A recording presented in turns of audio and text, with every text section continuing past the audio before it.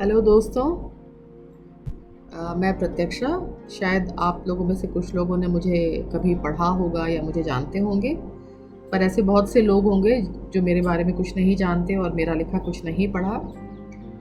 मैं कहानियाँ लिखती हूँ, कविताएं लिखती हूँ, एक उपन्यास लिखा है पिछले सालों, और संगीत में रुचि रखती हूँ, पेंटिंग करती हूँ। और आज आप लोगों के सामने आपसे बातें करने के लिए आई हूँ। साहित्य तक का बहुत शुक्रिया कि उन्होंने ये मौका मुझे दिया। जैसा कि आप सबको पता है कि ये समय बहुत कठिन समय है और कोविड-19 में हम लोग सब घरों के अंदर बंद हैं और बहुत मुश्किल का समय निकल रहा है। ऐसे समय में हमें अपना हौसला और हिम्मत बनाए रखने की ज़रूरत है। अपने मन को बहुत पॉजिटिव रखने की ज़रूरत है और ऐसे समय में किताबों से बेहतर संगी और कोई नहीं। तो आज हम कुछ किताबों की बात करेंगे। मैं अपनी एक किताब की बात करूंगी जिसके कुछ हिस्से मैं पढ़कर आपको सुनाऊंगी और उम्मीद है वो आपको अच्छा लगेगा। तो ये किताब है, अभी मेरी नई किताब कुछ ही महीने पहले आई है, ग्लोब के बाहर लड़की। और इस किताब से कुछ 2-3 छोटे टुकड़े आपको मैं सुनाऊंगी। और उसके पहले थोड़ा किताब के बारे में बताना चाहूँ तो कुछ बोलूँ उससे अच्छा है कि मैं इसकी जो भूमिका मैंने लिखी है उसका एक टुकड़ा पढ़ के सुनाती हूँ, शायद आपको एक अंदाज़ा हो कि ये किस तरह की किताब है। 2005 से 2010 के बीच लिखी गई ये सतरें दिल की बहकन हैं। इतने दिनों गुमनाम ब्लॉग के पते पर खोई सोई अब इस किताब में सामने है। न कविता, न कहानी, न कथा, न यात्रा, न डायरी। ये बस मन के अरमान है, शब्दों में रंग गंध भर लेने का उल्लास। और चूंकि ये मेरे अंतरतम की झलक है, अपने गोपन को प्रकट करने की बहक, इसलिए भले ही इन्हें कई बरस पहले लिखा हो, मेरे मन में अब भी यह ताज़ा, दिल करीब, दिल फरेब दुनिया है। तो ये किताब उन सब प्यारे दोस्तों के लिए है जो मेरे लिखे पर खुश होते हैं। उनकी खुशी के नाम ये लड़की जो खड़ी है ग्लोब के बाहर, दुनिया को उसी हसरत से देखती जैसे अंतुआ सा एग्ज्यूपरी के नन्हे नवाब ने देखा होगा, द लिटिल प्रिंस। शायद आप लोगों में से कई लोगों ने इस किताब का आनंद उठाया होगा। बहुत ही बेहतरीन किताब है, बहुत सिंपल, क्लासिक। और उसका एक लाइन मैंने कोट किया है जो मुझे लगता है कि मेरी इस किताब पे भी मुआफिक उतरता है। But eyes are blind, you have to look with the heart. तो इस किताब को भी आपके मोहब्बत और दिल की नज़र चाहिए। तो मैं इस किताब से कुछ एक आध हिस्से आपको सुनाऊंगी। छोटे छोटे टुकड़े हैं, बहुत ज़्यादा बड़े नहीं। और किताब 4 हिस्सों में बटी हुई है। अलग अलग मिजाज की चीज़ें हैं इनमें। एक हिस्सा है ये जो दिल है दर्द है कि दवा है, घर के भूगोल का घर, किस्से करम खोर और दोस्त दिल नवाज। तो एक टुकड़ा मैं आपको सुनाती हूँ, छोटा सा 2 पेज का है, जिसका शीर्षक है जिंदगी कितनी हसीन है। पहले दिन मुझसे टकराई थी तो अजीब कुड़बुड़ाहट हुई थी। देखकर चलना चाहिए। अपने गिरे लिफाफे समेटते बिना उन पर तवज्जो दिए फुर्ती से आगे हो लिया था। स्पेंसर में मेरे ठीक आगे थी। वही स्टील ग्रे बाल, आज खुले थे कंधों तक। वॉलेट से पैसे निकालने जोड़ने में खूब वक्त लगाया। मैं एक पाँव दूसरे पाँव बेचैन कदम ताल करता रहा। इनकी वजह से आज 5 मिनट, पूरे 5 मिनट खराब हुए। हफ्ते भर बाद लॉन्जरी शॉप में मुठभेड़ हुई। तमाम रंगीन लेसी झालरदार लॉन्जरीज को एक हाथ परे झटकाकर स्पोर्ट्स ब्रा उठाई। मणिपुर की कारमेन अपने सीधे बालों को झटकारती पूरा डब्बा काउंटर पर उलट दे, इसके पहले उन्होंने सधे हाथों से एक सफ़ेद स्पीडो उठाया और पेमेंट काउंटर पर चली गई।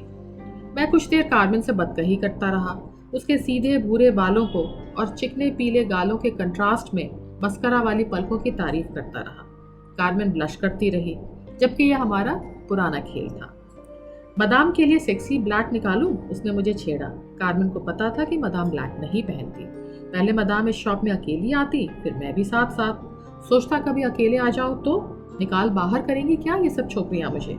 या फिर हाय आई एम निहारिका कहते हुए दुकान मालकिन 6 फुटी लचके तने सी लहराकर पीछे के प्लश कमरे से बाहर आ जाएंगी। Can I be of any assistance? किसी दिन जन्मदिन पर अपने को गिफ्ट देने का यही शानदार तरीका सूझा था के लिए दर्जनों सोने के कपड़े, एक्सेसरीज, अल्लम गल्लम। फिर उसके लिए ऐसी शॉपिंग में मजे से गाहे बगाहे किया करता। पेमेंट करके नीचे सब जीरो में घुसा तो फिर निगाहें चार हुई। 3 स्कूप कोन पकड़े बच्चों की तरह आइसक्रीम खा रही थी कम और गिरा रही थी ज्यादा। मुझसे नजर मिलते ही झेप गई। फिर उसी दिन जॉगर्स पार्क में पाँव मुचक गया। बस यक बयक धहरा कर गिर ही पड़ा। 5 बजे की अंधियारी अलसुबह में जो 2 लोग दौड़ते हुए आए, उनमें यह भी थी। एड़ी के पास कोई टेंडन खिंचा था, क्रेप बैंडेज और 15 दिन बिस्तर आराम। चौथे दिन के दफ्तर चली गई। दिन बहुत बुरा बीता। 5वें दिन वो आई। सीधे सफेद काले ब्लंट बाल, नीला स्टील ग्रे घुटनों तक का कार्डिगन और नीले स्लैक्स, कंधों पर कत्थई मफलर। अच्छा, तो यह था आज के का प्रॉमिस्ड सरप्राइज। 2 पीले सूरजमुखी के फूल लेकर आई थी। आज तो मैं कुछ पढ़कर सुनाती। फिर एक पतली किताब, शीमस हीनी की कविताएं। There are the mud flowers of dialect and the immortals of perfect pitch, and that moment when the bird sings very close to the music of what happens. Phir, as a child, they could not keep me from wells and old pumps with buckets and windlasses. I loved the dark drop, the trapped sky, the smells of waterweed, fungus, and dank moss. Or, and here is love, like a tinsmith scoop sunk past its gleam in the meal bin. उनकी आवाज में एक संगीतमय गूंज थी, जरा सी रेशेदार, जैसे खूब सिगरेट पीने के बाद कुछ खराश हुई हो। फिर एकदम से उठकर चली गई, बिना ये कहे कि फिर आएंगी कि नहीं। 6ठा दिन बीता, फिर 7वां, 8वें दिन थर्मस से सूप ढालकर पीने ही वाला था कि घंटी बजी। दरवाजा खोलते ही सर्द हवा के झोंके के साथ दाखिल हुई। ठंड से चेहरा जरा लाल था। बिना दुआ सलाम के कुर्सी खींचकर बैठ गई। झोले से किताब निकाली। आज कविताएं नहीं, ऐसा आश्वासन दिया। कुछ संगीत रखते हो?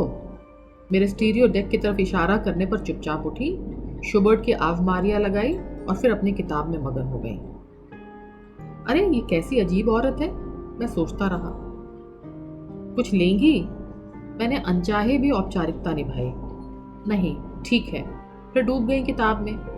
मैंने जरा सा झांक कर देखने की कोशिश की, फिर बेमन मयस्क होता रहा। फिर कुछ नाराजगी। ठीक है, मेरी उस दिन मदद की तो क्या, यहाँ इस तरह आने की जरूरत नहीं। I don't need anyone. लगभग 2 घंटे हमने शुबर्ट और फिर हाइडन को चुपचाप सुना, बिना एक शब्द बोले। फिर जैसे धड़ाके से आई थी वैसे ही चली गई। रात मैंने के से शिकायत की, अजीब पागल औरत है, आती है चली जाती है। मैं बोलता रहा कि मुस्कुराती रही। मेरा पैर क्रमशः ठीक होता गया। एड़ी में थोड़ा बहुत दर्द गाहे बगाहे बना रहता। बावजूद उसके कुछ दिन खूब भाग दौड़ के बीते। 10 दिन बाहर रहा। मैं लौटा तब तक के निकल गई हफ्ते भर के लिए। मैं अनमना घर में अकेला डोलता रहा। पूरे शनिवार अपने बेद के झूले को वार्निश करता रहा। इतवार रेड जिनफंडेल की एक बोतल और ऑर्किड का एक छोटा गुच्छा लिए मैं धमक गया। वह जरा अचकचाई थी। फिर नारंगी दरी पर बिखरे गद्दों के ढेर की ओर इशारा किया था। वाइन ग्लास ले आई थी। इस दिसंबर में मैं 67 साल की हो जाऊंगी। उन्होंने ग्लास मेरी तरफ बढ़ाते हुए कहा, जॉगिंग कब शुरू करोगे? हम 2 घंटे बतियाते रहे, पर सीमस और शुबर्ट की बात नहीं की। इस बार हम सिनेमा की बात करते रहे। खूब हंसे।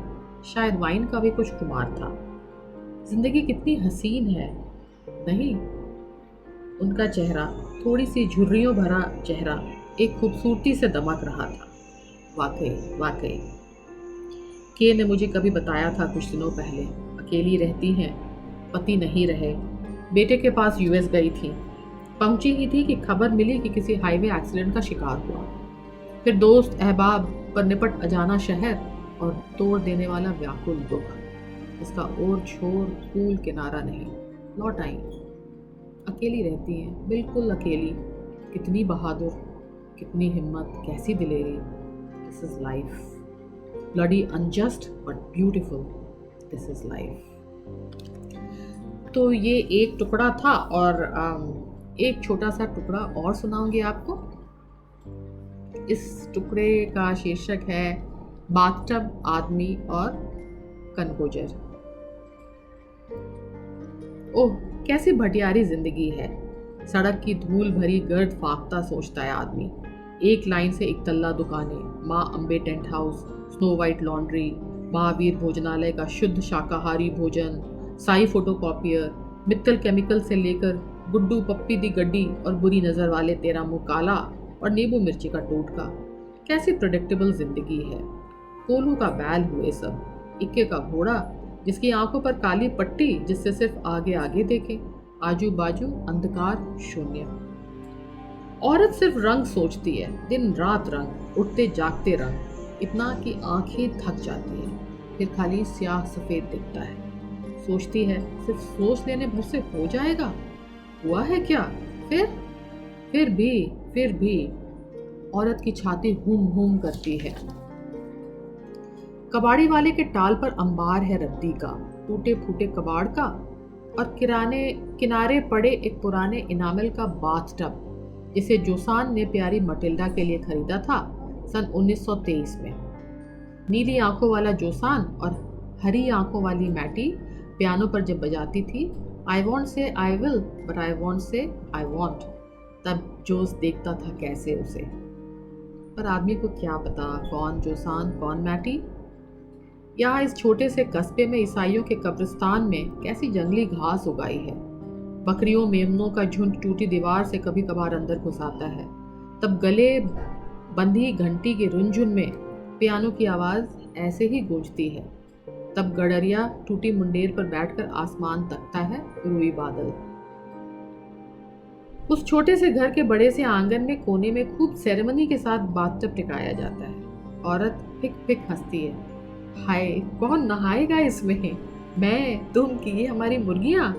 हाय, पेट पकड़ पकड़ कर दोरी होती है, इतनी कि आंखों में आंसू झलमिला जाते हैं, और आंसू में बेहिसाब रंग। आदमी झेपा मुस्कुराता है, कान खुजाता है, सर झुकाता है, फिर हंसता है।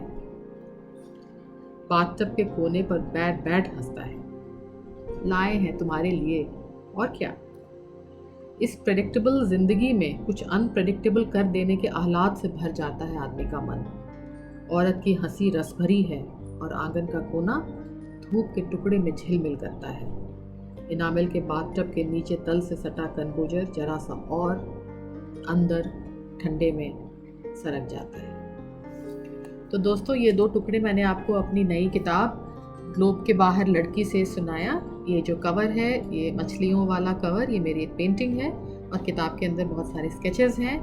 और कभी मौका लगे तो आप इस किताब को पढ़िएगा और इसका आनंद उठाइएगा, उतना ही जितना मुझे इसको लिखते वक्त आया था। और साहित्य तक का फिर से शुक्रिया। और अगले सेशन में ऐसे ही मेरे कोई और साथी लेखक आपसे मुखातिब होंगे किताबों की बात करने, तो जुड़े रहिए साहित्य तक। किताबें जो हमारे जीवन की सबसे अच्छी संगी हैं। शुक्रिया दोस्तों।